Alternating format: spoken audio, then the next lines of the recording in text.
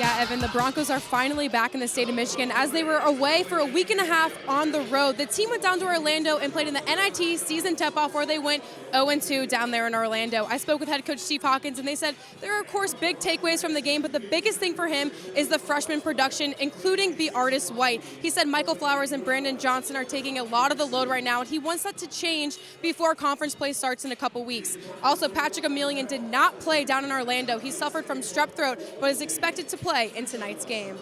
Yeah, Evan, this game is a huge statement point for both of these teams coming into tonight's game. Western Michigan wants to prove to people that they are not the team from last season, where Bowling Green wants to show they can put teams away early and not have to fight their way back. The Falcons have won 8 of the last 10 against Western Michigan, but they come into University Arena where the Broncos are 6-1. So, Evan, this is a huge turning point for both teams coming into this matchup tonight.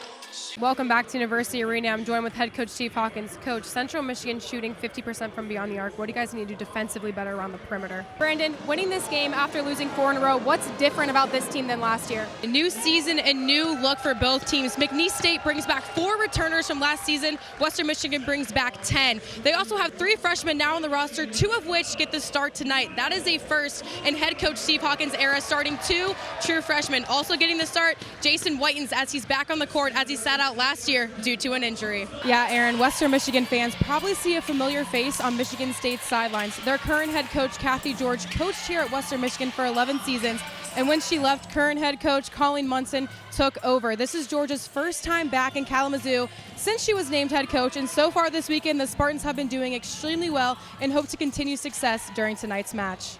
Yeah, the top 8 teams get to go in the MAC tournament at the end of the season. Toledo right now sitting at 9th. Western Michigan tied for 4th, hoping to host the first round here. So this is a big game for both teams today. Coach Steve Hawkins really telling his team during that last time out that they are fine. They need to keep competing. This is just like the first half, and they need to settle down, play their game. He said the biggest thing for them is they need to do better at rebounding. They're currently getting out-rebounded by Ohio, so that needs to be better throughout the second half. Connor, you started this game on a 13-0 run. What is the message to the team to come back out with that same intensity?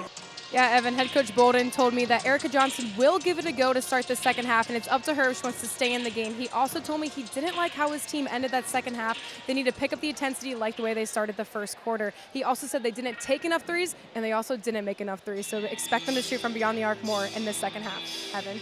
Anita Mancini comes into this game as MAC Offensive Player of the Week, also coming off a weekend where she scored both winning goals in their game against Ball State and Miami, so she's a huge threat for them up top, coming for them off the bench as one of those game changers. Winning all 3 games this weekend, where you used to coach, what does that mean for you? Would you say the biggest success during today's game was your guys' first touch and ball control? Welcome back to University Arena. I'm here with head coach Steve Hawkins. Coach, you called a timeout with 45 seconds left. What was the message to the guys? Welcome back to the WMU Soccer Complex. I'm here with assistant coach Kyle Ferris. Coach, you scored in the first 40 seconds. What was working for you guys offensively right away?